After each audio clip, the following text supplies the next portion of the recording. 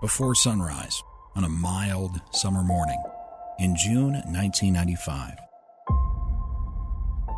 A 27-year-old television news anchor named Jodi Huisentruit hurriedly left her apartment in Mason City, Iowa, headed for work.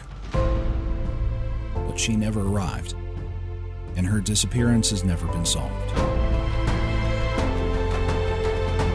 In 2003, two television news reporters created FindJodi.com, a website dedicated to preserving Jodi's memory and keeping her case alive.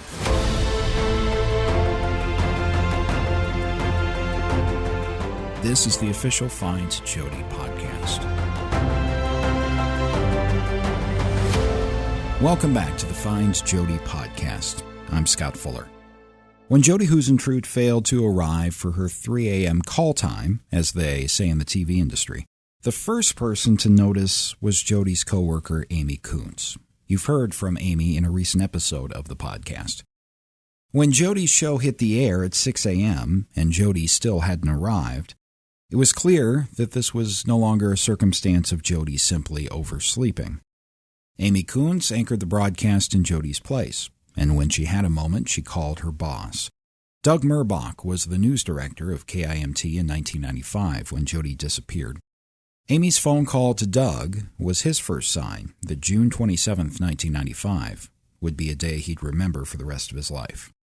She told me that she had to do the full 1-hour newscast because Jodi didn't make it in.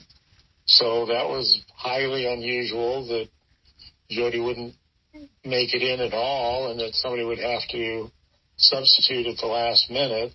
You know, just glad that Amy filled in, but wondering what the heck, where's Jodi? What happened?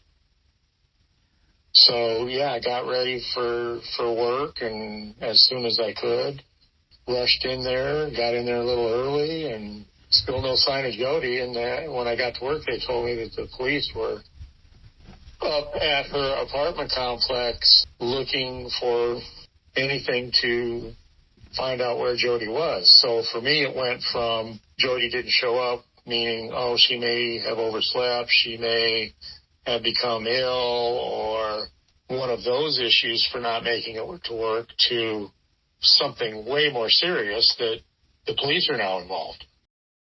On this episode of the FindJodi Podcast, team member Caroline Lowe's conversation with former KIMT news director Doug Merbach. That's coming up next.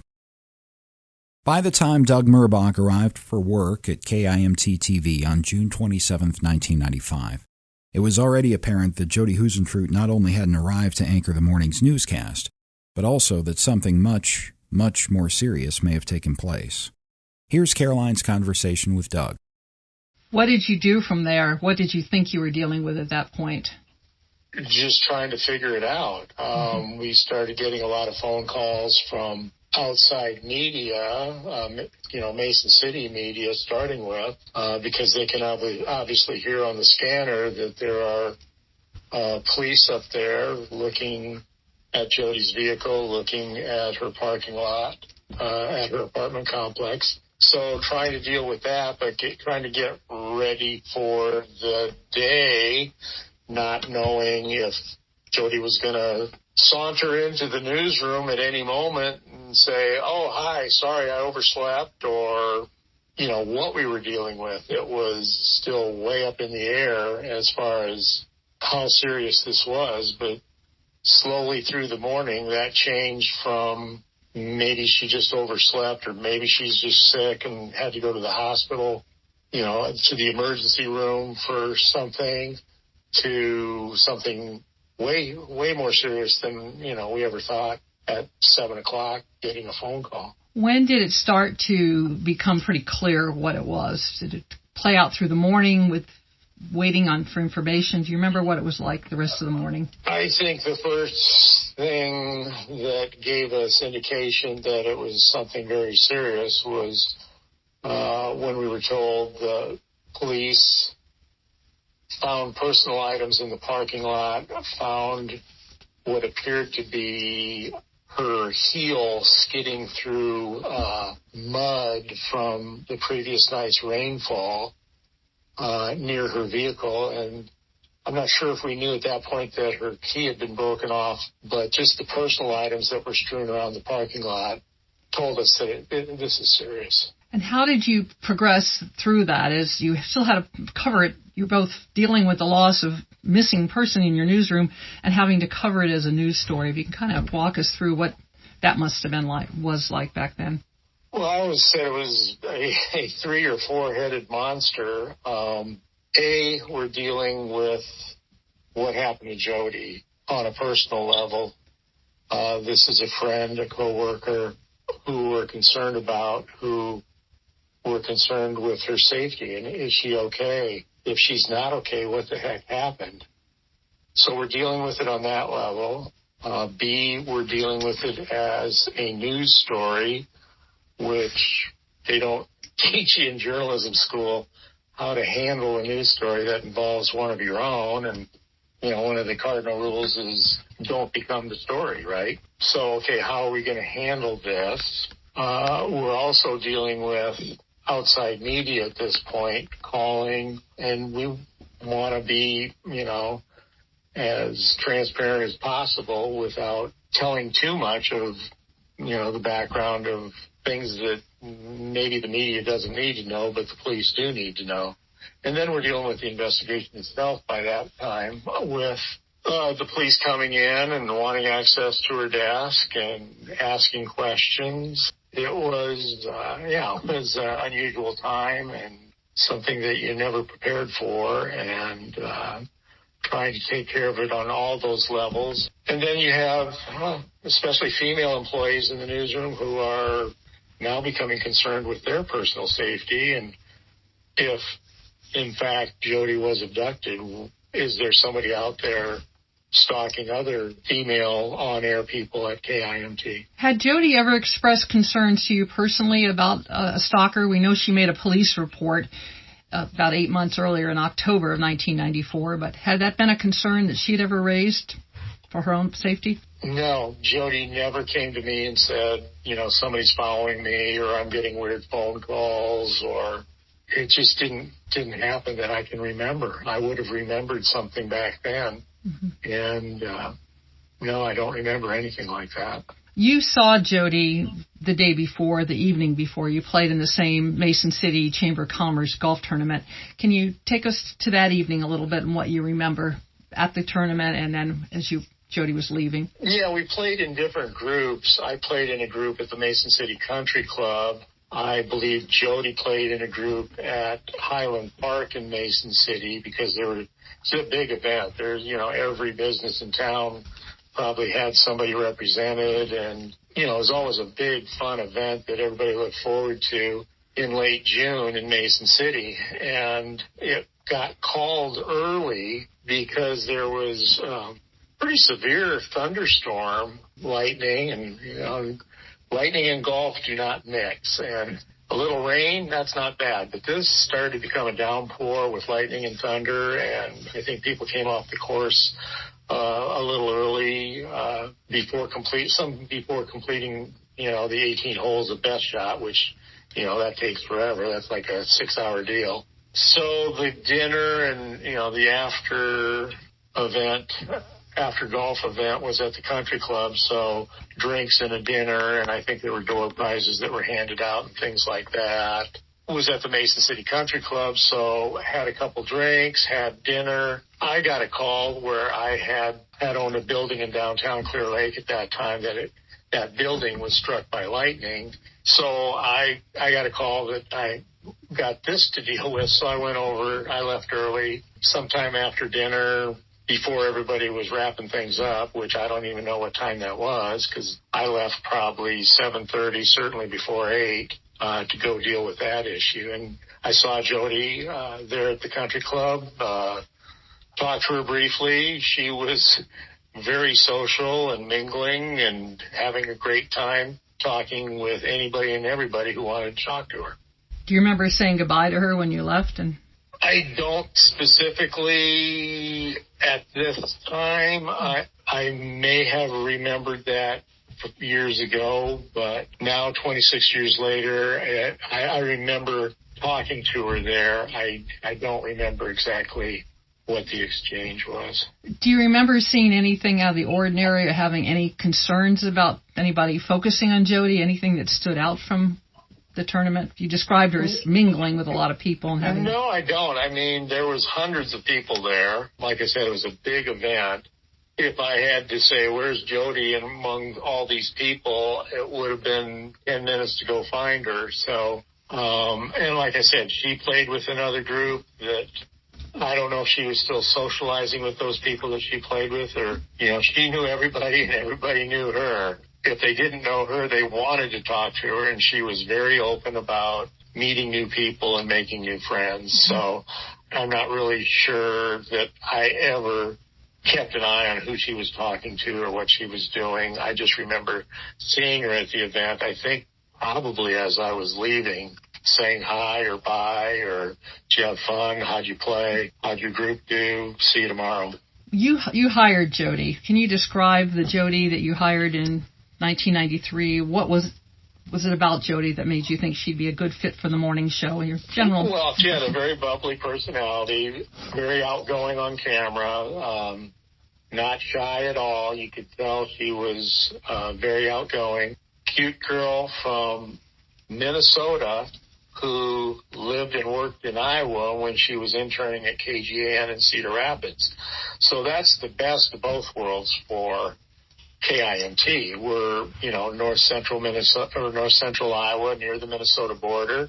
And part of our potential viewership is in Minnesota and the rest of our viewers are in Iowa. So, and she was anchoring and reporting at KSAX in Alexandria at the time. So she's somebody I can bring in for an interview. She's, 4 hours away in Alex and real close. And she's not somebody applying for the job from California who's going to put in minimal amount of time and get the heck out of Iowa and get back to California. She's a Midwest girl who knows what it's like to deal with winter in Iowa and Minnesota, and that's not going to scare her off. And so she was practically a hometown girl as far as I was concerned. There's been some speculation over the years that Jodi was working on some big drug investigation that might have been what contributed to her disappearance. Can you fill us in on what Jodi did work on, did not work on, and give us That's absolutely positively not true.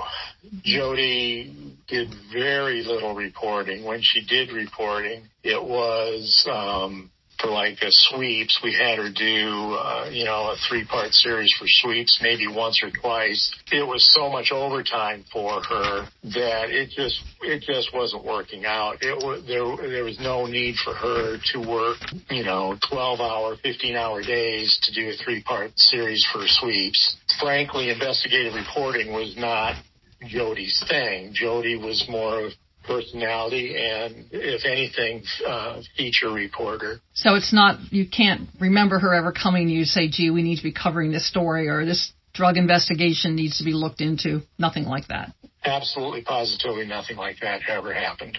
Does it frustrate you when you hear some of these various theories that don't fit at all anything that you ever would have seen in terms of the drug reporting, investigative? Oh yeah. They think that, she was a reporter. There were drugs that big-time drug dealers in Mason City at the time, and, well, they must have had something to do with each other, and Jodi was probably on that case, and that just didn't happen. That wasn't, Jodi got done with her shift at 12:30, and basically she was out of the newsroom by 12:45, and she, rightfully so. Her work day was from 3 to 12:30. That's a 9.5-hour day, and for her to take on extra duty like that was not something that she was set up for. It just didn't happen. Just did not happen. As you moved in the weeks ahead, after you realized you had something going on, how did you deal with managing the newsroom and just coping with what was going on right literally in your newsroom with one of your people?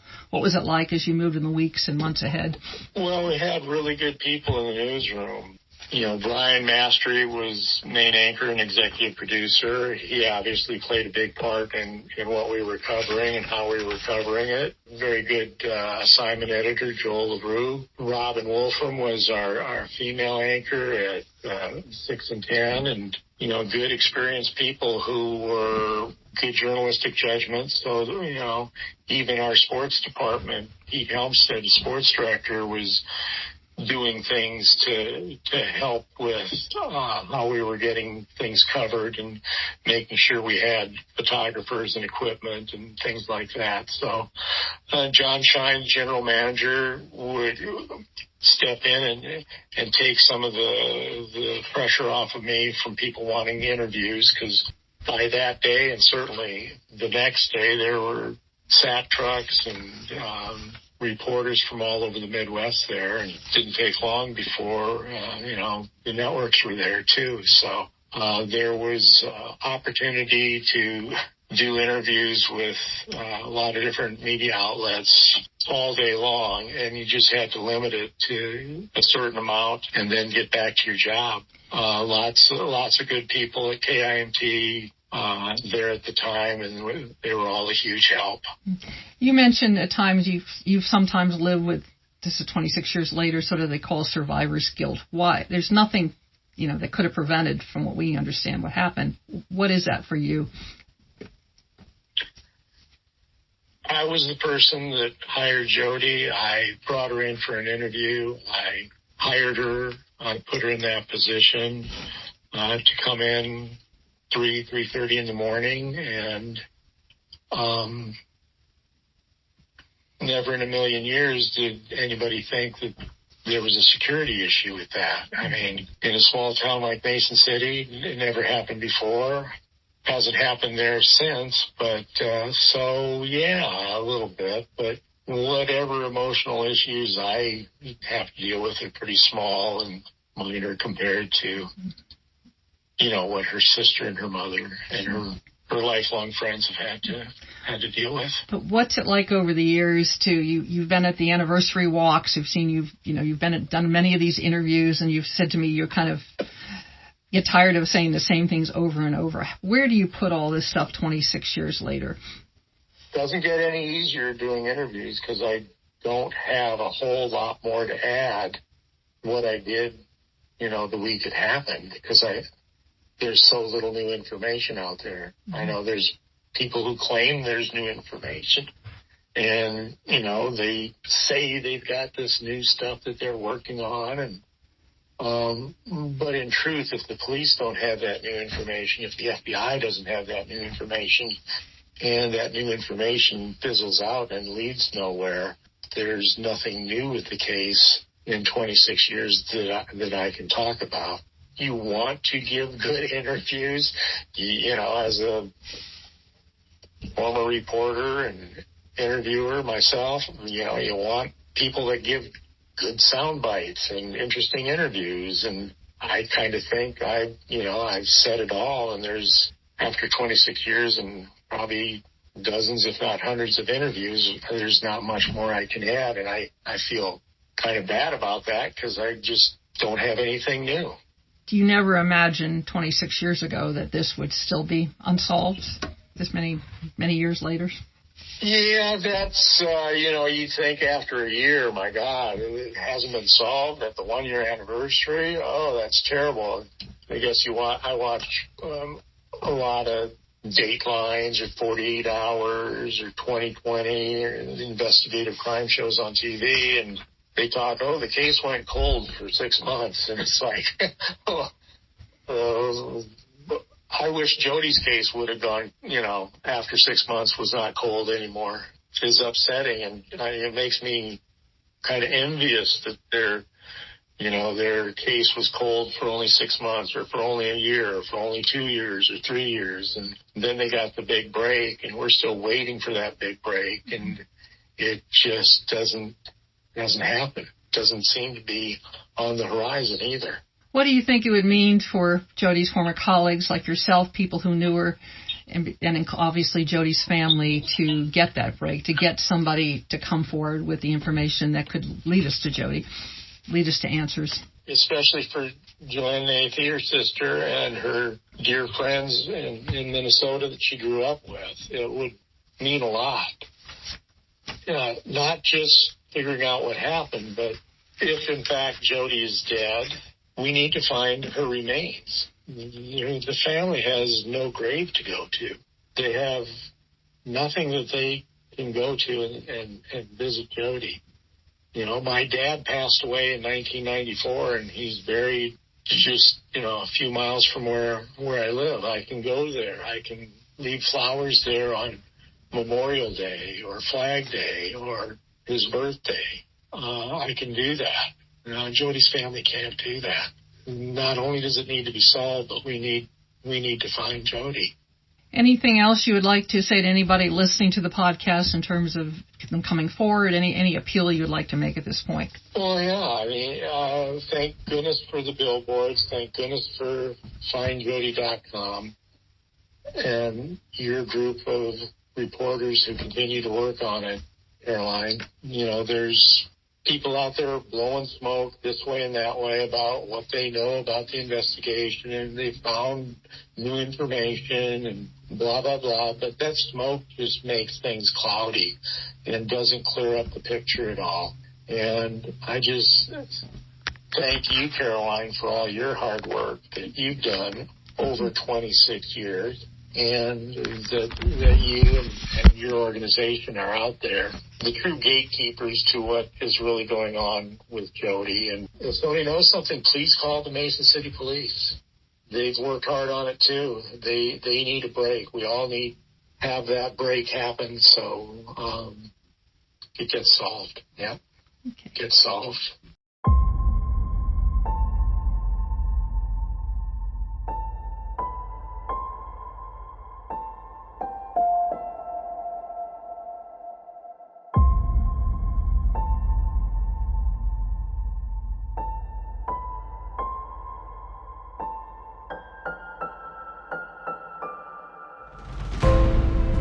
Thanks from the entire Find Jodi team to Doug Merbach for his time and sharing his recollections of his time with Jodi.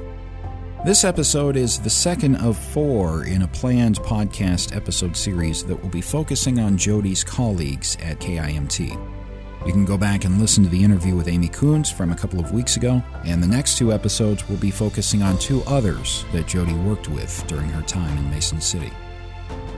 Find Jodi is a not-for-profit. All donations and revenues to the website and to the podcast are used to further our mission of advancing Jodi's case and keeping public attention on it. Anyone with information about Jodi Huisentruit's disappearance can reach out to the Mason City Police Department. Information can also be provided to the Iowa Department of Criminal Investigations. Named and anonymous tips can also be made at FindJodi.com. For the entire Find Jodi team, I'm Scott Fuller. Thank you for listening.